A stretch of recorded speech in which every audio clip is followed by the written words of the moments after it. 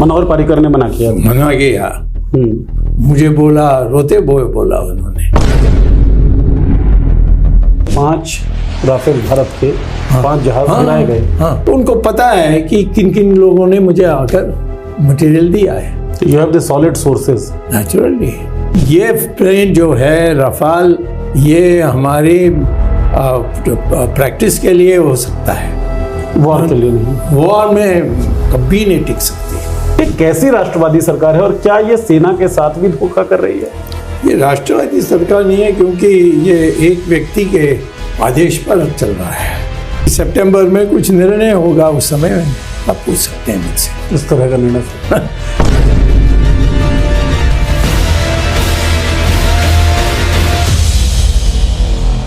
एक पॉडकास्ट में आपने कहा कि 5 राफेल भारत के 5 जहाज गिराए गए। कोई सबूत है या ऐसे ही बस आरोप लगा रहा है?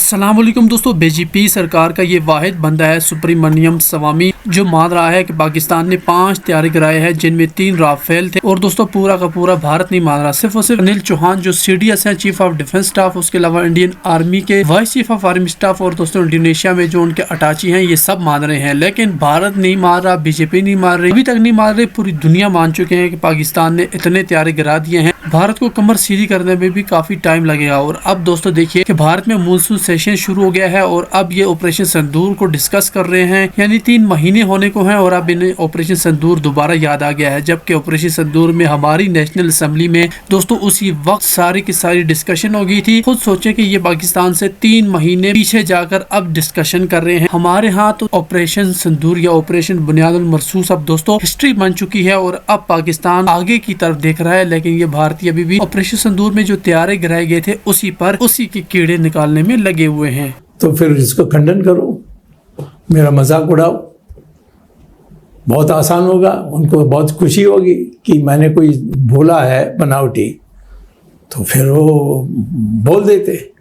पर उनको पता है, क्योंकि मेरा फ़ोन टैपिंग होती है, मेरे पीछे लोग लगे रहते हैं, मेरे तपाल जो आता है उसको खोलते रहते हैं, तो उनको पता है कि किन किन लोगों ने मुझे आकर मटेरियल दिया है। और मैं बोला हूँ आप मटेरियल के बाद, अभी तक तो किसी बात पर मैं गलत नहीं निकला। तो you have the solid sources. Naturally मुझे पता है कौन से हवाई जहाज, ज़्यादातर जो फ्रांस का है वो तो खरीदना ही नहीं चाहिए। आपको पता है जब खरीदा गया तो मैंने रिसर्च किया, स्विट्ज़रलैंड ने 5 राफेल खरीदने के लिए उनसे फ्रांस से मांगा कि हमें एक करके दिखाइए कि ये इतना अच्छा है। फिर कहा कि नहीं, हम नहीं खरीदेंगे। एक भी नहीं खरीदा। गद्दाफी ने खरीदा और मर गया। ख़त्म हो गया उसका। और ये प्लेन जो है रफाल, ये हमारी प्रैक्टिस के लिए हो सकता है, वॉर के लिए नहीं। वॉर में कभी नहीं टिक सकती। तो क्या व्यापारिक धंधा था कुछ? नहीं, इसमें जो होना चाहिए, जो उसमें मैं कहता हूँ कि मेरा बहुत बड़ा दोस्त था, वो जो विदेश, वो स्टूडेंट था IIT में, बॉम्बे में, और फिर हमारे डिफेंस मिनिस्टर बना। नाम जानते हैं आप? जो गोवा के थे, फिर मर गए। पर्रिकर साहब। पर्रिकर, मनोहर पर्रिकर, बहुत पढ़ा लिखा जी। जब ये राफेल खरीदा जाना था, उसने कहा नहीं खरीदना चाहिए। मनोहर पर्रिकर ने मना किया। मना किया। मुझे बोला, रोते बोए बोला उन्होंने कि मैंने गलत काम किया। ये क्या है, ये डिफेंस मिनिस्टर कोई बड़ी चीज़ है मेरे लिए। और बाद में चले गए थे वो वापस, परंतु पता नहीं कि उसको सडनली क्या उनके पेट में गया, मर गए। तो वो तो पुस्तक लिखने वाले थे। कोई एलिगेशन?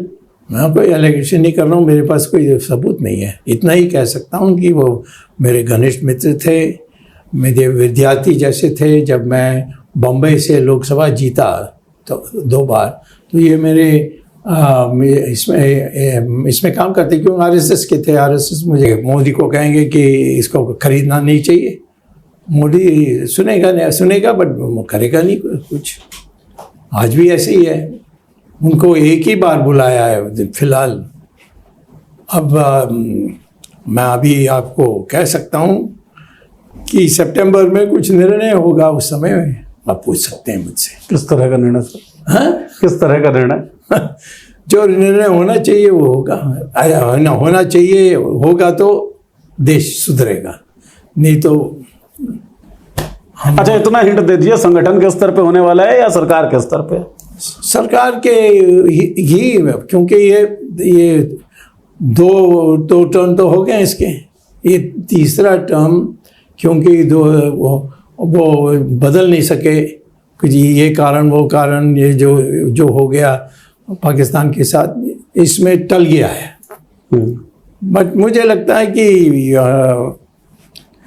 आरएसएस ये नहीं चाहेगी कि हम ऐसी हवा बनाएं या ऐसी परिस्थिति बनाएं कि सारा गवर्नमेंट ही टूट जाए, जैसे पहले जनता पार्टी की गवर्नमेंट टूटी सिद्धांत के नाम पर। वैसे यहाँ नहीं होना चाहिए। और हैं हमारे पार्टी में अभी गठबंधन में, जैसे जो आंध्रा के हैं चंद्रबाबू नायडू, नीतीश कुमार, ये सब लोग एक अलग पार्टी आरएसएस को बिना बना सकते हैं और आरएसएस की टारगेट कर सकते हो। आरएसएस इसीलिए आखिर में ये आरएसएस का काम नहीं है, क्योंकि आरएसएस ने पार्टी जनसंघ बनाई थी और मैं पहले जनसंघ में ही आया था, जनसंघ बनाई थी, तो उस समय इसीलिए बना। क्या पाकिस्तान की स्थिति फिलहाल इंटरनेशनल प्लेटफॉर्म पर भारत से मजबूत हो रही है? मैं कहता हूं कि नरेंद्र मोदी मूर्ख है। पड़ोस इतना कैसे गड़बड़ हो गया हमारा? क्योंकि तुम डरपोक हो। चाइना को कह सकते हो, लाल आंखें तो दिखा ही रहे थे। लांग दिखाया किसको? तुम्हें दिखाया, अखबार वालों को दिखाया। वहां से क्यों नहीं आपत्ति आती है? वहां क्या लालच? क्योंकि ये इसके बारे में उनके पास इतने बड़ी दस्तावेज है चाइना के पास। अगर इंटरनेशनल प्लेटफॉर्म पर भारत से मजबूत हो रही है, मैं कहता हूं कि नरेंद्र मोदी मूर्ख है। ये सब इनकी जरूरत क्या थी? जब आप चले गए थे पाकिस्तान के अंदर, पाकिस्तान का खुलेआम सपोर्ट किया, समर्थन किया। जानता हूं। श्रीलंका से लेकर बांग्लादेश तक चाइना अपने आप को मजबूत कर रहे हैं। इवन नेपाल के साथ भी हमने बॉर्डर टेंशन देखा। पड़ोस इतना कैसे गड़बड़ हो गया हमारा? क्योंकि तुम डरपोक हो। चाइना को कह सकते हो, लाल आंखें तो दिखा ही रहे थे। लांग दिखाया किसको? तुम्हें दिखाया, अखबार वालों को दिखाया। हम किसी चाइना को तो नहीं दिखाया। चाइना को कहेगा तो जब चाइना बोलेगा कि जब तुम मुख्यमंत्री थे, तुमने जो भी किया उसका हमारे पास वीडियो है, वो दे देंगे। आप जानते नहीं हैं कि हम कितने निकट थे चाइना के, क्योंकि मैं चाइना बोलता हूँ, चाइनीज बोलता हूँ। जी। मैं प्रोफेसर रहा हूँ। आपको पीएचडी का वर्क? हाँ, मेरे पीएचडी भी थी।